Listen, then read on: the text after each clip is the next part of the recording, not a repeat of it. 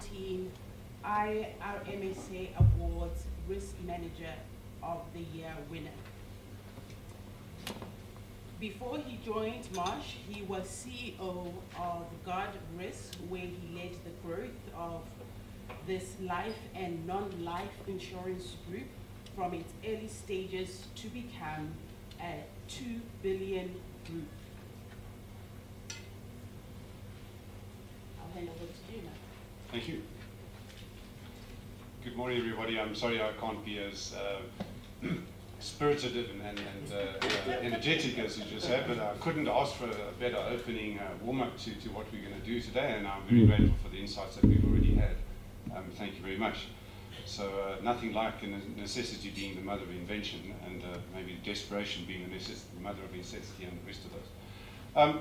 What we're going to talk about today is how we bring strategic risk assessment planning into a contribution towards strategy, the kind of theme that the Busara develops, and how we're trying to grow the quality of governance and sustainable delivery over time fits very well with our thinking around strategic risk management.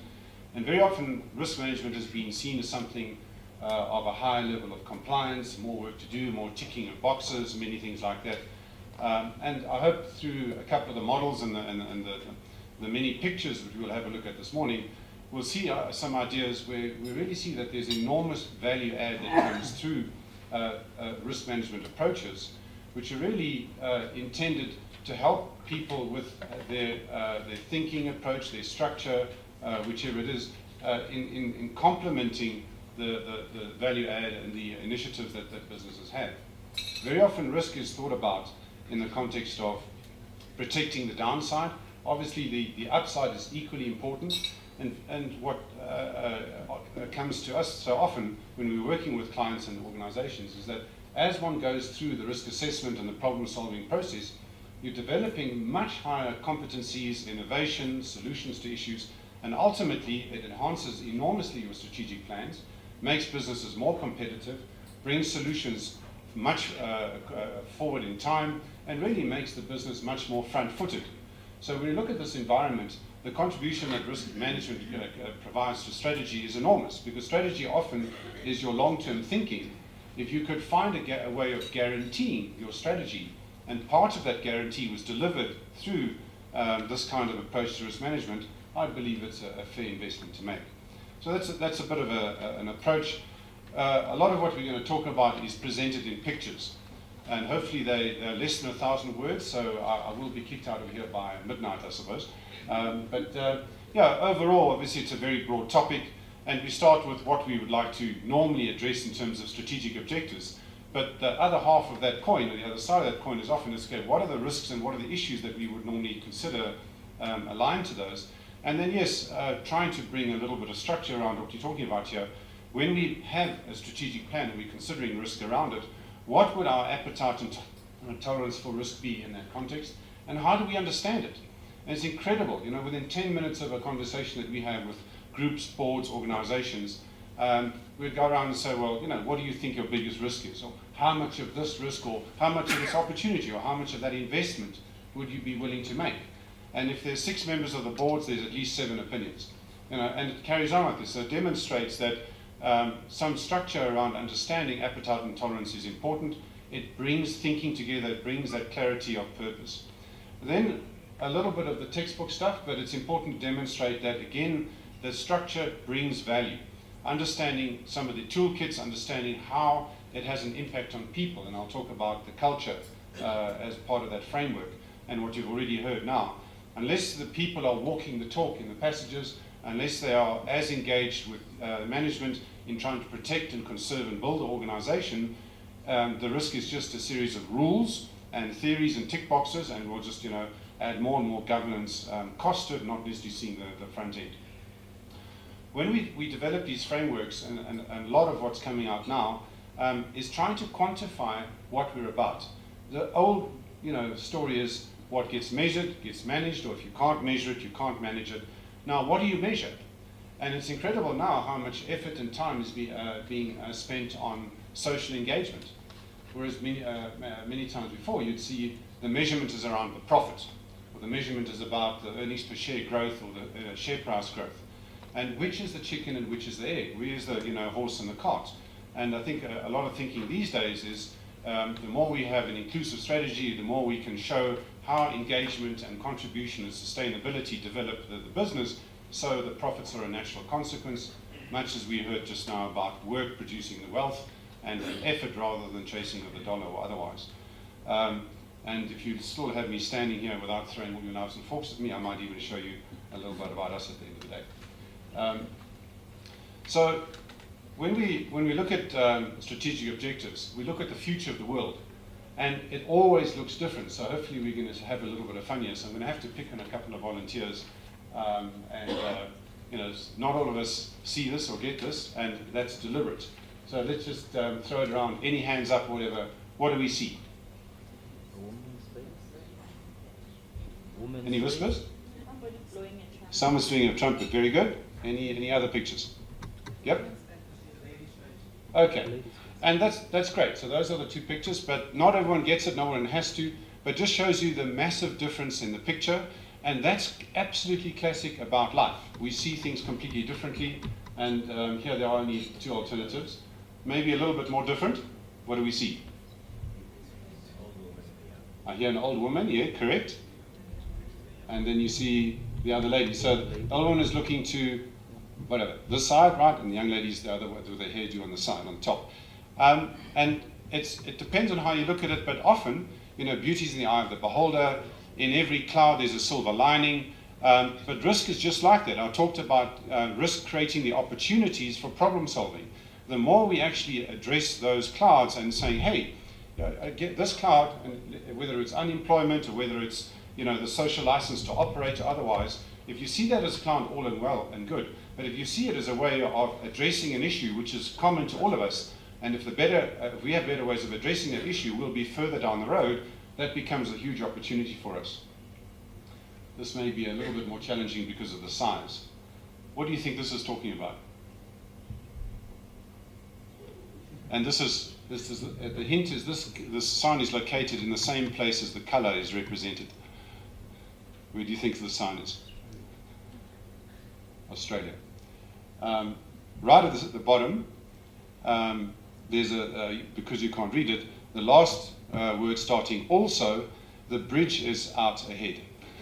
Okay? So that's classic. The warning signs, all those things are up there, mind you might trip and all the rest of it, but in the meantime there's a fire on the way somewhere and we're missing the point. So what is it that we're really trying to call people's attention to? And often, as I say, it's too much of a tick box rather than really understanding what does the future look like. Just as ad-libbing and enjoying your conversation earlier, we've heard a lot about and we're experiencing issues around power and weather and many other things right now. But down the road, and you've heard the anecdotal stories, the next big war will be fought about water. And from a risk point of view, this sign is really trying to illustrate that point.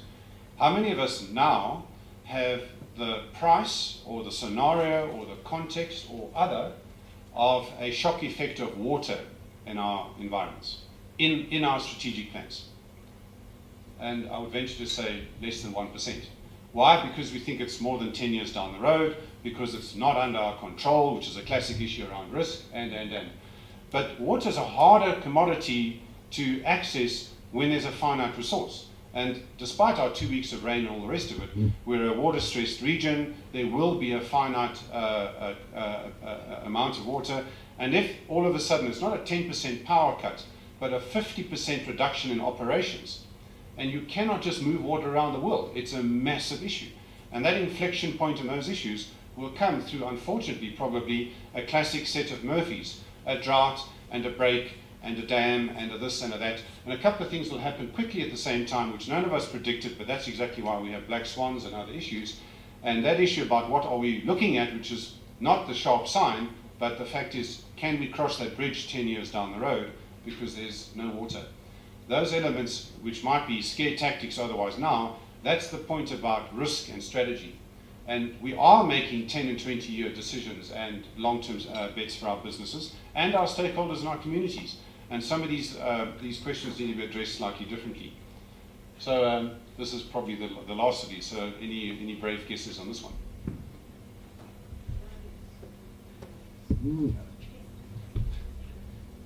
And this is just to show that we're all human. We can't see everything, okay? There's nothing here. All right, so, sorry about the tease, but that's most of a different thought in mind. Park that thought, okay. So, get back to the sort of the rationality of issues. When we're really planning around strategy and risk, what would those plans talk about? And how are we trying to, what's the context for them? And strategic plans are enormous, client delight, sustainable share earnings growth, market share, that are all, being number 1 or 2 in every market that we serve. So a lot of those things that are written about strategy. And they're probably the more direct, the stakeholder aligned issues. At the end of the day, when we talk about brand and license to operate and so forth, and your trust factor, this is where risk and strategy perhaps get a bit closer, other than the core issues of what happens if our earnings fall out of bed. I'm presuming all of those things is already debated and discussed because that gets 90% of the airtime. But if you're no longer trusted, what will that happen to your business? And that's a massive issue. What licenses do you need? How will you attract staff?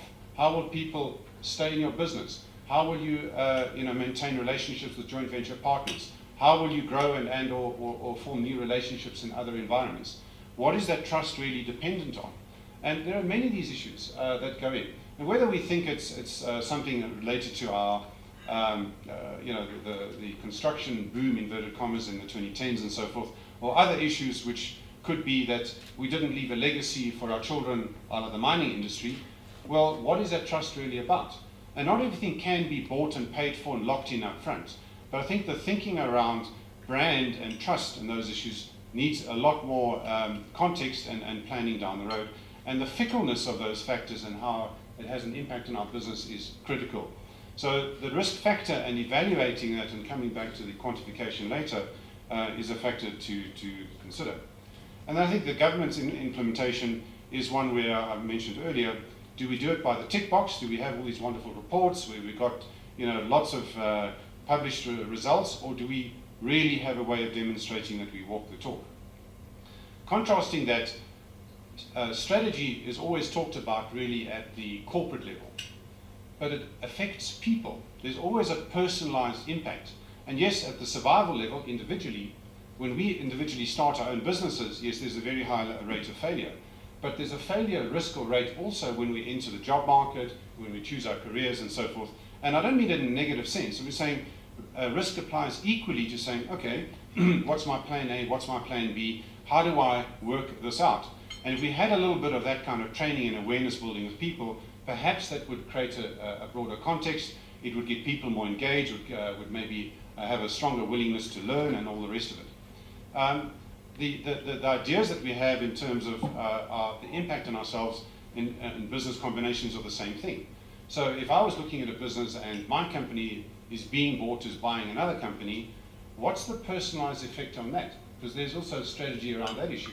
How is it that you either present yourself the best way, that you, if there's a choice between 2 or 3 people and one position, how do you know that you're going to be in the best position for that? So strategy and risk and the strategic plans of organizations or individuals have a lot of knock-on effect from each other. The other thing that we hope for, and these are under personal and corporate assumptions, is we think that when we wake up in the morning, we'll go to the ATM and it's your bank account, and when you put your ATM, it works. But you can't always rely on that assumption. And I don't mean it in any callous or sad way, but when you get on an aeroplane and you go to the latest holiday destination being Vietnam, you really assume you're going to get there. You don't assume that your flight is going to disappear. So, I know these are extremes, but the point around this is that the point, risk and strategy and planning are intertwined. And then the issue of communication, and let's call it the velocity of risk. And social networks and media have really taught us this. Before, you may have thought that, okay, on a scale of brand impact or negative or positive association, one day on the front of the newspaper is not too good, 1 week on the front page of the newspaper is terrible. Well, you go from one tweet to 1 million tweets in about a nanosecond. So that acceleration factor is a completely different ballgame now. So understanding your strategic objectives in terms of what is the value, what's the standard we want to hold, what are our key objectives, and building that risk framework around them is important for this context and in building your strategies. So what's the evidence? And this is really just flicking through many research issues. But going through here, we've shown very often that the strategic factors are the ones that destroy value. Time and again, the lack of understanding the strategic risk effects are those issues that undermine your strategic plans, and inadequate attention is given to how you work out those exposures and what you do going further. So this is just some research in the 90s, the same research another 10 years later pulled out a very similar bucket of risks. 87% of the top risks are strategic, and still not enough work is done in terms of addressing these issues. And I'll give you a few examples of some potential solution sets. So what do? Rule number 1, preserve your capital. If you're confused, try again. And with respect to what Buffett said, I would say that the interpretation that he provided at the time was financial capital. I don't think it's only financial capital. We've got social capital, human capital, relationship, networks, and all the rest of it. Those are all the glues and the greases that provide the future to our businesses. And that's really the stakeholder concept we're talking about. So in that context, what would your risk appetite and tolerance be? And again, from the point of view of contribution to strategy, we might start a business and say, okay, we're going to open a filling station, we're going to start a food network, we're going to sink a shaft for a mine, whatever that strategy might be. What is your risk appetite and tolerance in it? And invariably, and unfortunately, a lot of this is done too much in the context of financial stress testing. So some will say, that's okay, your gearing can go from 50 to 100%, or your cash flow can move up or down 100 or whatever, 200 million, and these are the kind of answers you get. But is that actually the case? And how does it play out over time? What do those scenarios really look like? So the first thing is understanding, what do shock effects really look like, and how do they manifest? Are they really financial or not? What happens is if there's absolutely no loss, but the problem is time. Of course, time will have an effect on the financials one or other way. But time has an effect on your business proposition, your opportunity, and many others. The conditions of the market are similarly there as well. So starting with something as basic as your risk-bearing capacity, and understanding the difference between the general risk-bearing capacity, which is your ability to bear losses, or your plan's ability to sustain itself in the future in a normal context, versus catastrophic RBC, being your total financial capacity and or otherwise social brand value, is an important issue. So we come back to the board and say, well, if you asked this room in your own context, what do you think the answers around the table would look like? And our experience is that the answers look extremely different, and that's one of the critical failures of strategy. If the board or the management group, leadership group, don't have a reasonably understood, you don't have to have the same, but you have to have a reasonably well understood approach to what your risk-bearing capacity and your total financial and other capacities look like, you will then start applying your resources in a more coordinated way. And just for interest, therefore, risk appetite and tolerance are those qualitative and more strategic areas where you're saying, okay, our total appetite for X is this. There could be that we'll open a branch in Nigeria.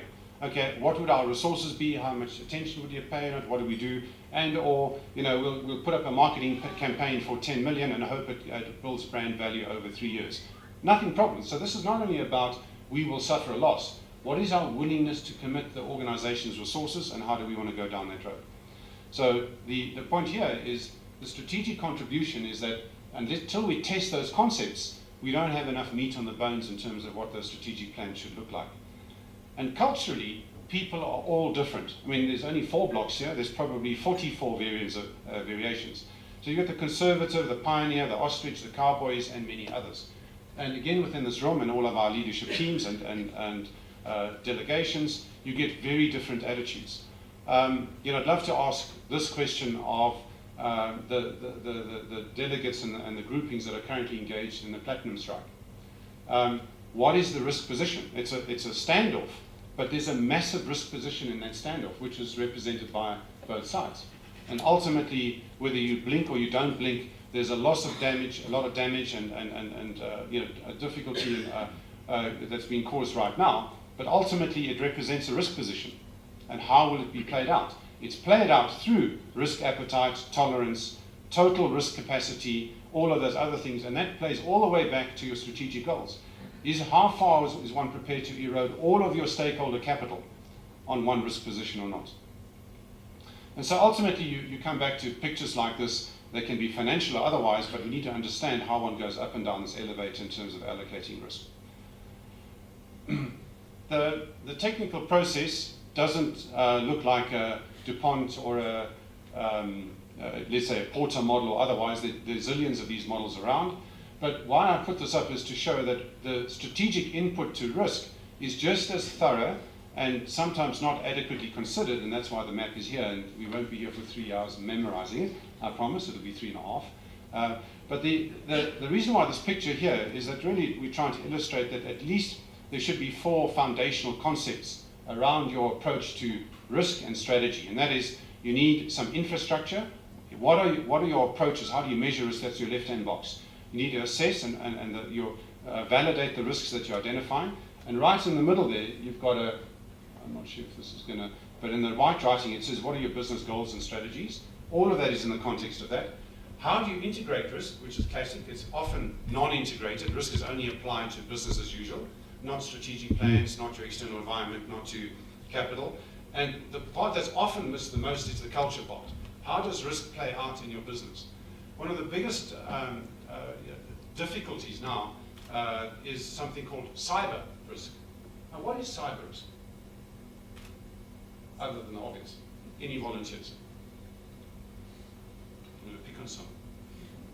You're smiling, so I'm sorry. What do you think? Fraud. Yeah, fraud's a good example. So cyber, obviously it takes place within the electronic, let's say the IT systems environment, one or other way. And it's some inappropriate, incorrect, fraudulent access, utilization of data systems and all the rest of it. The difficulty with cyber is that the classic control systems, 2 signatures on a check, separation of duties, passwords, all of those kinds of things, are in a lot of the cases, they're redundant. That's the problem with cyber. And cyber has a lot more to do with knowledge, a single person's knowledge, than all these ironclad control systems.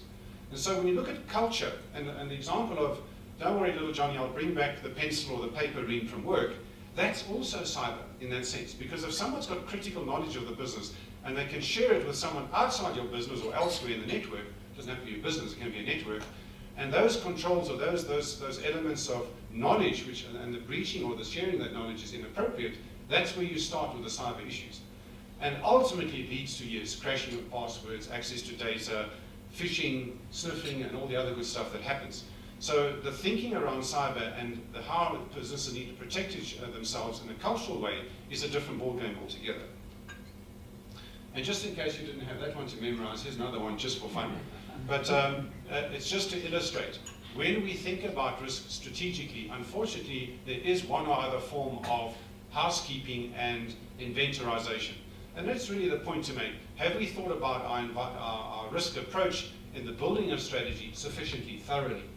And there are about 120 words on this page, and each word represents effectively a heading or a chapter in a book. Have we done enough on our business model? I'm looking down the strategic column. On our business portfolio, on our delivery channels. Every one of those could have long-term strategic playouts, and there are many others on this page. And so at the end of the day, when we look at that, you say, well, what is it about successfully building risk as a tool, as a positive enabler, as a competitive edge in your environment? Why doesn't it happen? And yes, it's because there's lack of executive sponsorship. Why? Perhaps because the same executives haven't actually seen the benefits. They haven't seen their optimization opportunities coming through, and they're not as passionate about the solutions to risk as many of us would like to be. And so you've got, through that, the trickle-down effect through the buy-in of land management, too much ticking and bashing, too much police force rather than optimizing the value add and so forth. When you look at it, and again, some of these said there are pictures, but they're meant to provide some of the thinking around the structure. Another strategic contributor around this is that there's inadequate understanding of how you quantify risks and what the knock-on effects are. So in any business, we could ask whoever represented that environment, what do you think your top 3 or top 5 risks are? And people will say, talent retention, market, price, resources, those kinds of things. No problem. The question really goes thereafter, how would you add those up? How much do you think the total quantum of that risk is?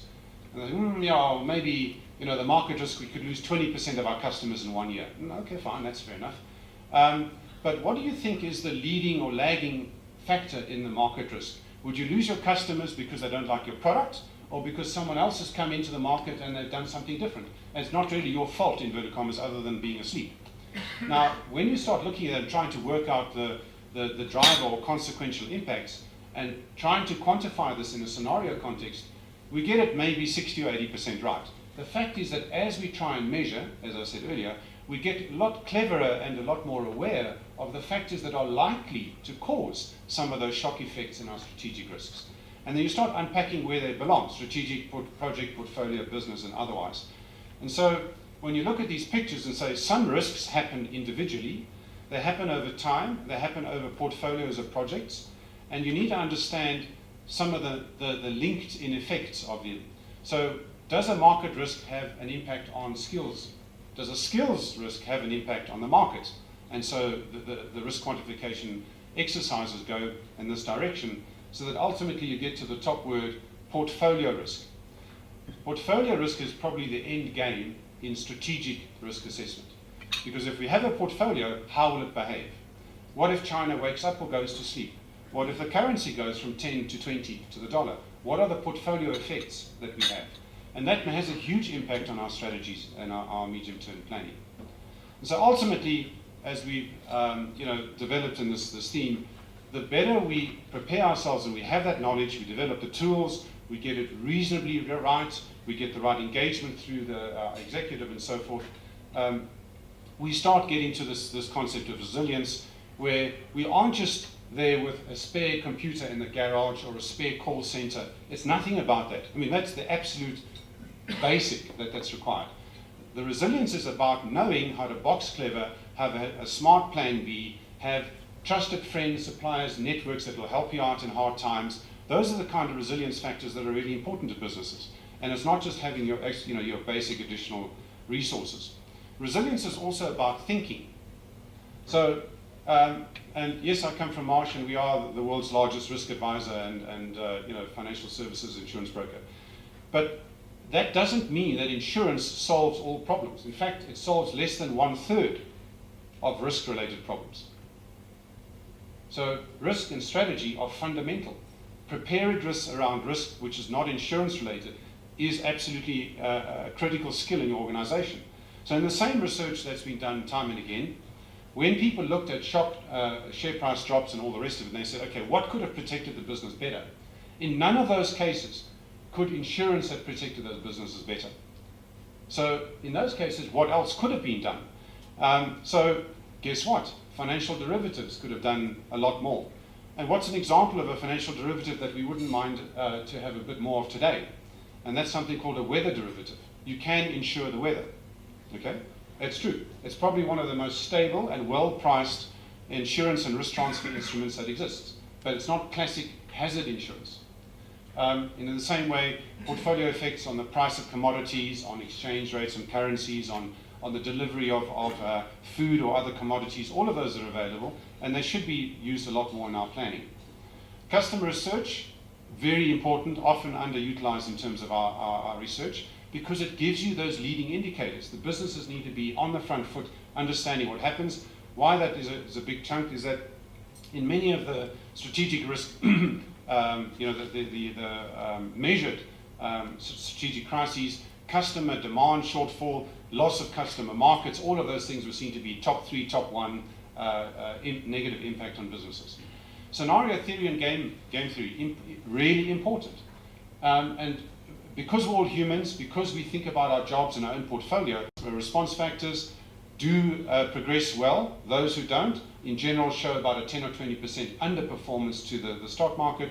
And we've shown in many cases where, and these shock effects come from anywhere, not just a fire or a collapse of a facility or otherwise, The shock effects to business, where companies were well prepared. You got the classic Tylenol, paracetamol, Coca-Cola, all these kinds of retail examples. There are many other corporate examples where the response effect was well regarded. It demonstrates the higher quality and strategic preparedness of the executive and the business. There's a premium in the share price for it, and there's obviously a premium because you're looking after the business better.